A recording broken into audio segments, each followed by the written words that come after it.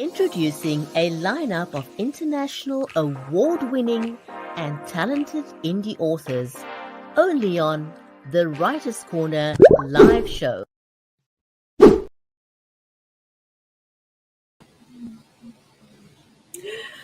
In the world where stories shape our lives, there are authors who hold the power to captivate our minds and hearts.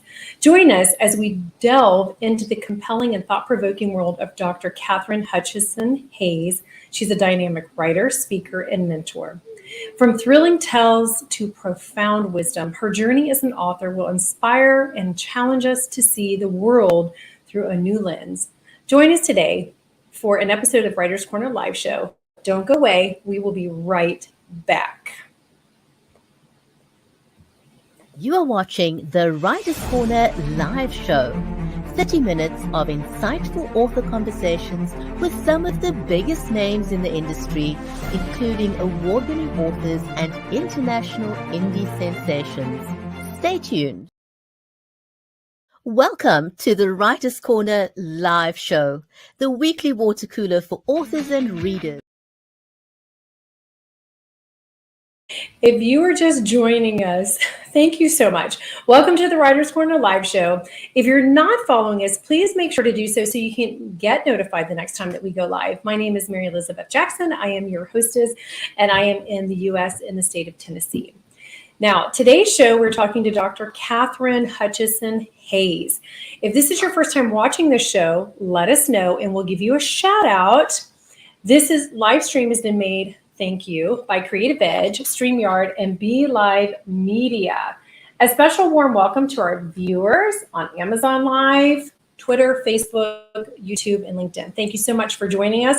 We've been in this show for over 5 years, and we really, really enjoy it. So our guest today is Dr. Katherine Hutchinson-Hayes. She's, like I said, a dynamic speaker, author, and editor with extensive leadership experience. She is a freelance writer and content editor known for her quick wit, which hopefully we'll see that today, right? I'm sure we will, and engaging storytelling. Katherine's work has been recognized with prestigious awards, and she actively mentors aspiring writers. Additionally, she hosts a podcast and is involved in nonprofit organizations. Currently, she's working on a sequel to her first thriller novel. And Dr. Katherine, welcome to our show. So glad to be here. So glad you are here today. Okay. Do you have your camera turned on? Yes. There's your beautiful face. Oh, we're so excited to have you here. Yes. And we got a little extra video in this morning. So if anybody was excited about video, you got it a little extra this morning. So I'm going to dive right in. And we love the tech world, don't we? So we love it. Oh my gosh, I know. And because you're a podcaster, so we got to roll with those things that happen. So what inspired you to pursue a career as an author, speaker, and educational consultant? And those are some of my loves as well. So you're wearing a lot of hats. What inspired you to pursue those careers? Yeah, it was actually, first I was inspired by my previous career. I spent time as a teacher, and I was actually a principal longer than I was a teacher. And I enjoyed academia quite a bit. However, I got very ill after having my third child. I had a brain hemorrhage. I was not expected to live. I also had meningitis. However,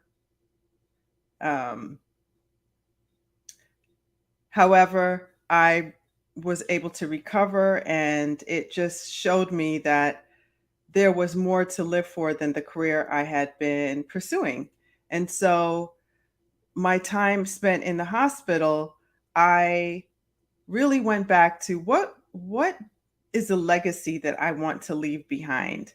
And I went back to my love for writing. I'd always loved writing.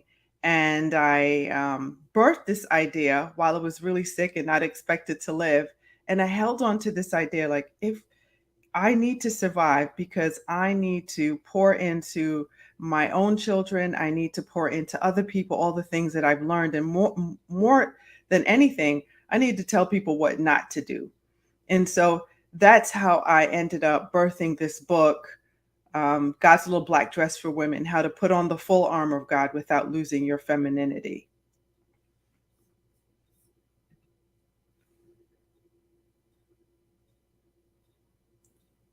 Well, first of all, I want to say thank goodness that you were here and that you survived. I'm so grateful.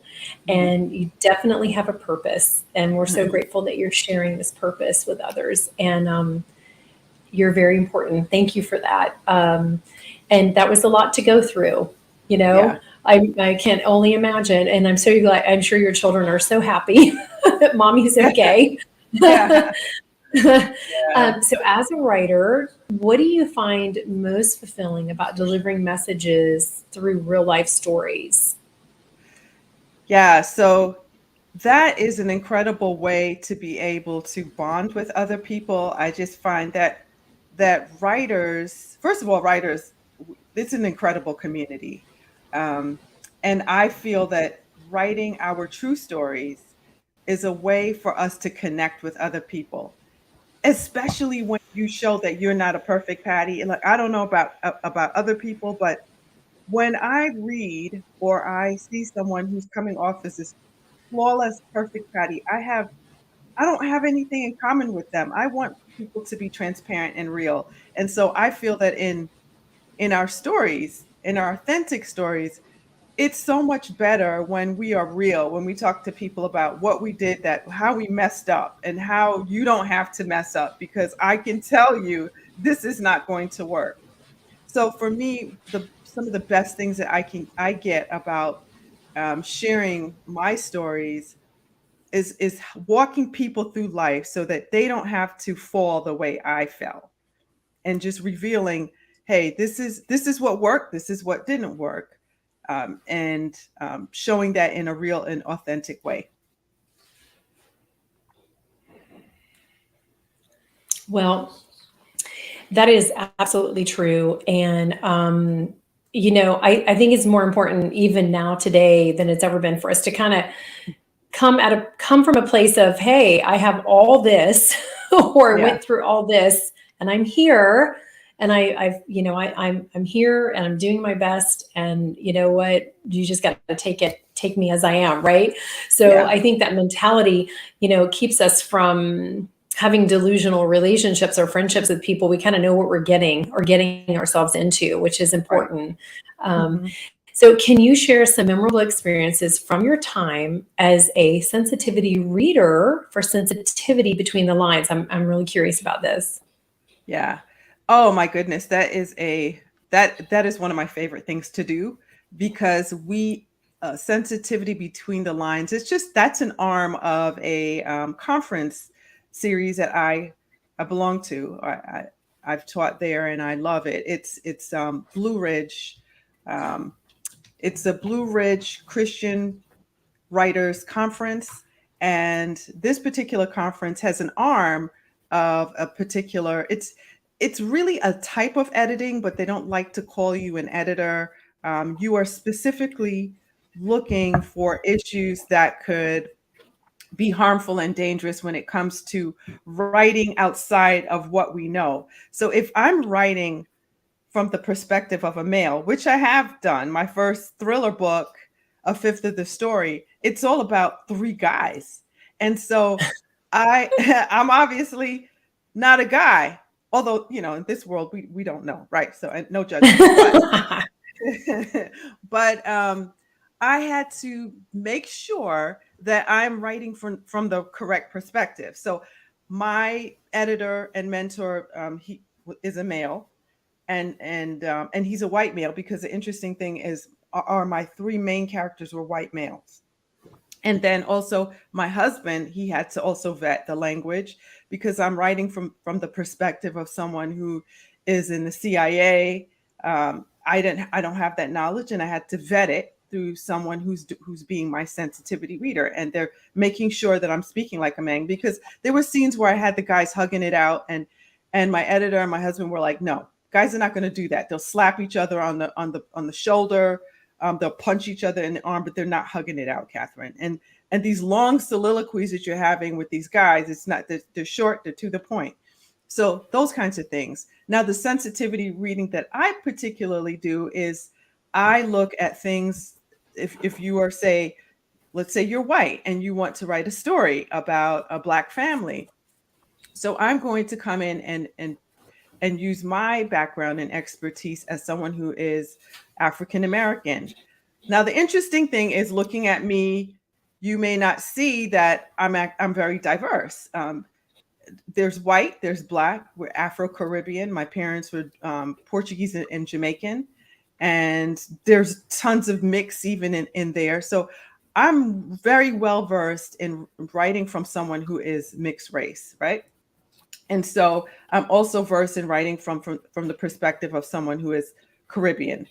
So if you're writing this story about an African American and there are things that you might say, you could enforce a stereotype. And so I'm there to say, hey, why do you have this family living in the projects, right? What made you think that? Not all African Americans live in the projects. And I'm writing from the perspective of, let's say you have your story in the US, and I'm thinking about actual clients I've worked with. And they're like, I don't know. I'm like, could it be something you have in your head where you feel like that's where they live? And why do you have all your white characters wealthy and educated and your Black characters poor and living in the projects? Why? And so it opens their eyes to see, oh my gosh, that it doesn't have to be that way. I could switch things around. I can mix things up. My Black character can be a doctor. Maybe my white character is the one who's poor. So things like that, looking for ways where you're not going to harm your reputation. You're not going to be in a position where the publisher is going to have to pull your book off the shelf because now people are outraged that something got out that is enforcing dangerous stereotypes. So you really have a very diverse place that you're writing from, and that's really awesome. And I think that's hilarious, because we as women, about the man, you're writing as a man and what your husband was saying to you and your publisher, these guys would not have extensive conversations. They wouldn't have it out because, that's how we women think, right? So, with our kids or whatever. I love that, Katherine. That's hilarious. I would love to have been a little fly on the wall listening to that conversation, because, we are so different, but I think it's amazing. You have such a diverse ability as a writer, to be able to do this and to embrace, we all see the same sun rise and set and the same moon. We breathe the same air and we all bleed red, right? Right. So, we need more of that in this world. So thank you for doing that. And your husband's probably like, Katherine, come on, we got to talk about this. I was thinking when you're talking about punching the arm, I'm thinking of smacking in the butt. How guys do, right, in the locker room or whatever. But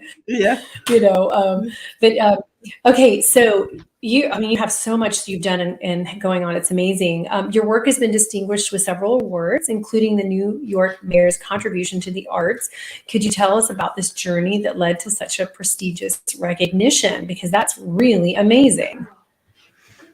Yeah, so I'm a complete creative. I'm very artsy, fartsy, and even though my training has been in education and in writing, I am an artist. I'm not formally trained. I've taken a few art classes here and there in college, but I really inherited this gift from my parents. Both of my parents were artists, and again, they weren't formally trained. They just had a gift. It seems to run in the bloodline, especially my mother's side of the family. They're really esteemed artists in that family. So I've always dabbled in the arts. And so I began showing my art when I lived in New York, and I developed a following. I was selling art on the side, which was great because I was a teacher and I needed the extra income.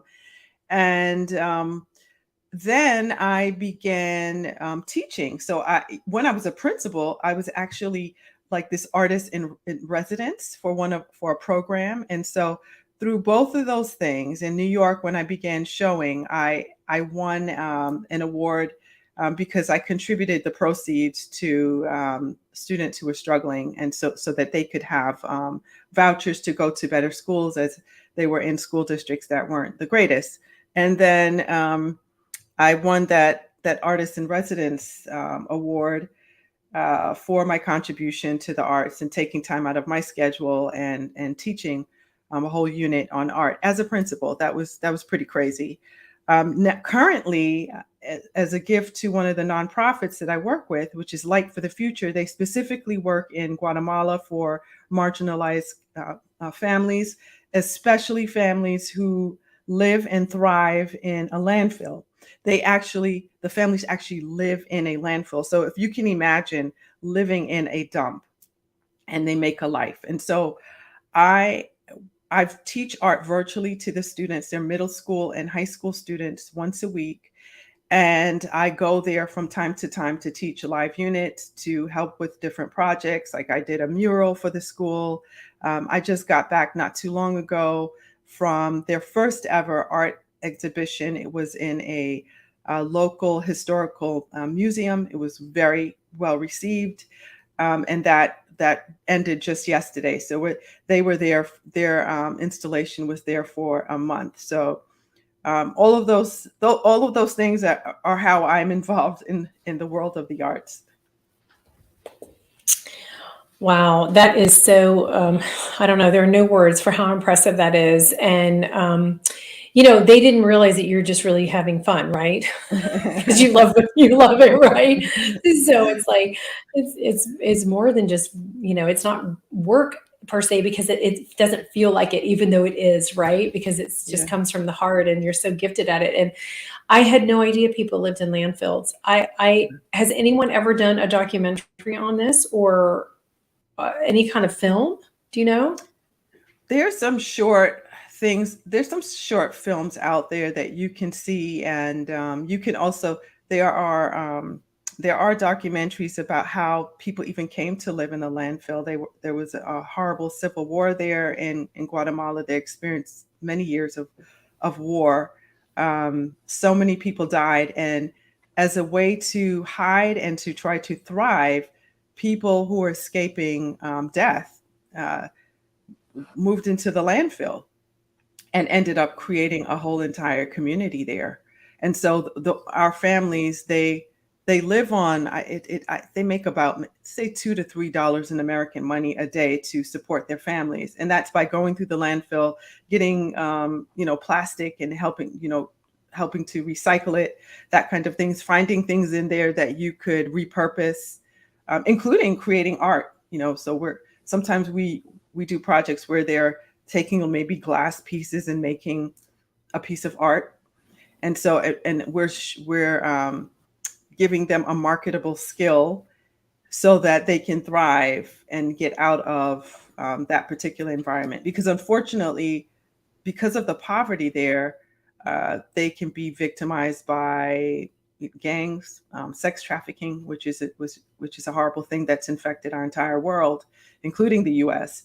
But helping them to have a marketable skill and learn English also gives them a lot more chances at surviving and being successful. Yeah, absolutely, it does. And that's just amazing. Bless those people, but they had to do what they had to do to survive, and they are thriving in the environment they're in. And that's amazing and wonderful that you have helped them. I know they are really, truly grateful for that. How do you balance your writing career with your roles as an online chapter president and mentor for Word Weavers International? This is something else we're going to learn about today. Yeah. Yeah, that is a constant battle. Writers.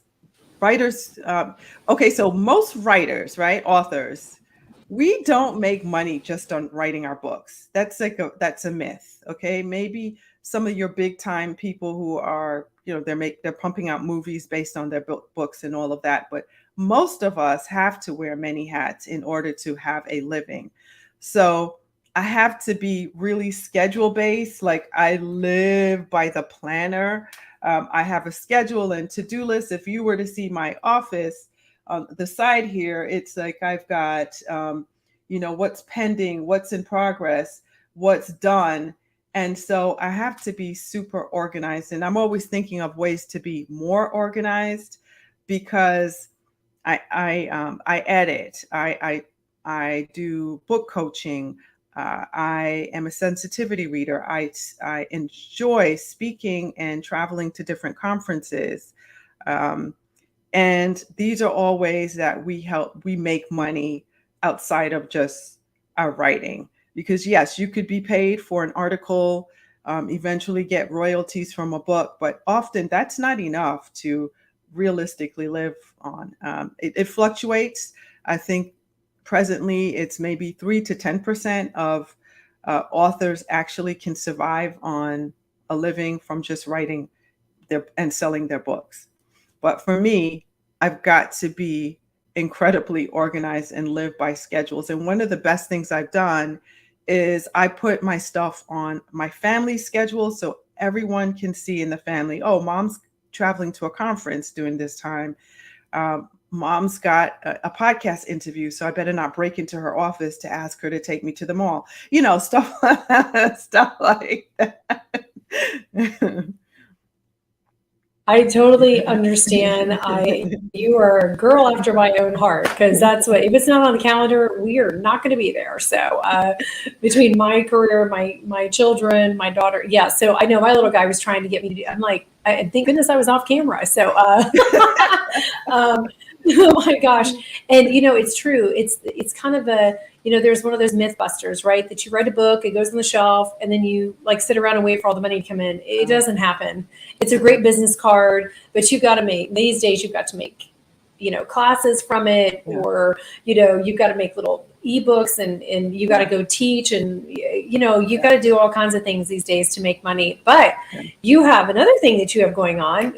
I feel like we're talking about you, me, and Brigetti. We all have so much going on. What motivated you to start your podcast, Murder, Mystery, and Mayhem Laced with Morality, which I love the title of this. What have been some of the most intriguing moments on the show that you've had? I'm sure you've had quite a few. Yeah. Some of the most intriguing moments, I would be in the middle of an interview and I'm like, because I don't study celebrities, I'm sort of a nerd in my own little world. I didn't grow up with the TV, so I'm not tuned to celebrity. This is not how I think. But I'll be in the middle of a podcast recording and I'm like, this person's a big deal. Wait a minute. They have a movie coming out based on their book. Or I do my research on the people, but sometimes they'll shock you. They'll say, "Oh yeah, and check me out on such and such. I'll be on the news next week doing this, or my book was just picked up for next Netflix series or whatever." And so that's pretty funny because I may not have realized what a big deal this person was, that kind of thing. That's super cool and a lot of fun. Well, it also keeps those people very humble because you're like, but I do love that when that happens. This happened to Brigetti a couple of times and we're like, whoa. Like my girls are going to be on this radio show tonight live. And I was looking through her Facebook page and she has a picture with Ed Sheeran. Like he's promoting her music. I was like, so we love Ed Sheeran. So I was like, girls, look at this. I'm like, oh my gosh. So it's really funny, but I think it's good for people if we can just keep it real, because they do have so many people who are like, fangirling and all that other stuff. Right. But and it also, I don't know, it makes for a lot of laughs. But okay, we understand you're currently working on a sequel to your first thriller novel. Are you writing from the viewpoint of a man or woman, or who? What are you writing from the viewpoint of? Yeah, so finally, I'm writing from the viewpoint of an African American woman. So I'm like, wow, okay, this is a great, yeah, woo woo, it's super cool. And she's also, yeah. Go ahead. I'm sorry. I was just going to say, can you provide any hints or teasers about what the readers can expect? Yeah. So it is the most terrifying book I think I've ever written. I thought I was terrified writing a fifth of the story because there's so many twists. It's action packed. Um, they're just things where you're worried about your characters. But this particular book that I'm completely almost done. I think I'm one chapter away from closing this book. It's called By the Zeal of Fire, unless the publisher has me change the title. But this is an FBI agent who's married to a CIA agent, and actually she is a character that was in the first book, and she just screamed out that she wanted to be featured. So it just sort of happened. It wasn't my intention, but she wanted to have her own book, so here she is. But the it is okay if you're a parent, if you're a mom, or you have children in your life that you love. It's a rocky ride. Now, well, I don't want to put it out there. I don't want to give it away, but it is every parent's worst nightmare you're really rooting for Patty Pang, who's the main character, because as an FBI agent, her partner is kidnapped. Her mission goes wrong. In throughout the whole story, she's fighting for her relationship. Her and her ex were actually divorced, but now they're rekindled their relationship. But she's still fighting for a relationship, and then she's also fighting for her two sons. She's fighting for her parents. So as a woman, those are things that you're concerned about. You're concerned about your parents, especially as they age. You worry about them. You worry about your children, their safety. You worry about your love interest, and so all of that is in there.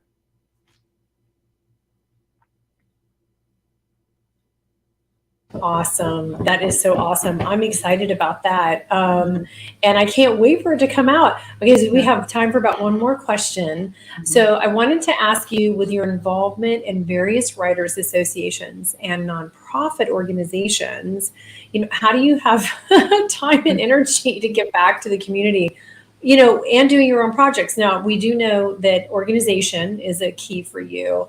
And you have to take a picture and send us a picture of your wall with all your papers, your little postage stickers. Yeah, This is my life in my brain here on the wall. But, how do you find the time and energy, besides probably taking a nap here or there, to be able to give back and still maintain all your writing projects? 'Cause I know it's a balancing act. It's hard. Yeah, it is a balancing act, and I'm glad that you brought that out. And like you said, I'm heavily involved. How I give back is, for instance, my teaching. I donate that, and at first I wasn't in love with the idea because I'm so busy, but I have found that to be so rewarding. There's something about giving back without strings attached that makes you feel very fulfilled. It's very true about it's better to give than to receive. But not only do I work hard, I wake up way too early, I stay up way too late. I know I've got to do better, but I play really hard. We just got back from vacation from Jamaica. It was fantastic. We got to really get our hearts filled by bonding with family, by going to the beach, which is one of our favorite things to do, and immersing ourselves in another culture, partaking of the delicious food and the environment. And so knowing what it is to also recharge and to reset, and to get away and really detach from everything that you've got going on really does help you to be a better expert in your field, because you are not completely stretched. You have got a chance to recharge. Absolutely. And you have so many gold nuggets that you've talked about today. And you're a great teacher in this world for mothers and writers and just human beings in general. And we're so grateful for your time with us today. We really do have to have you back on, because I know we could go for over an hour. Well, we could probably go more than that because we're chatting Kathy girls. And next time we'll have Rajetti with us, and she'll have a bunch of questions too, I know. And we just thank you so much for joining us today. And we will be back with the Writers Corner live show very soon. We're grateful for everyone here, and have a very blessed day. Thank you, Dr. Katherine. Thank you so much. It's been an honor. Thank you. Thank you for joining us on the Writers Corner live show. 30 minutes of insightful author conversations with some of the biggest names in the industry, including award-winning authors and international indie sensations. Join us on the next episode of the Writers Corner live show.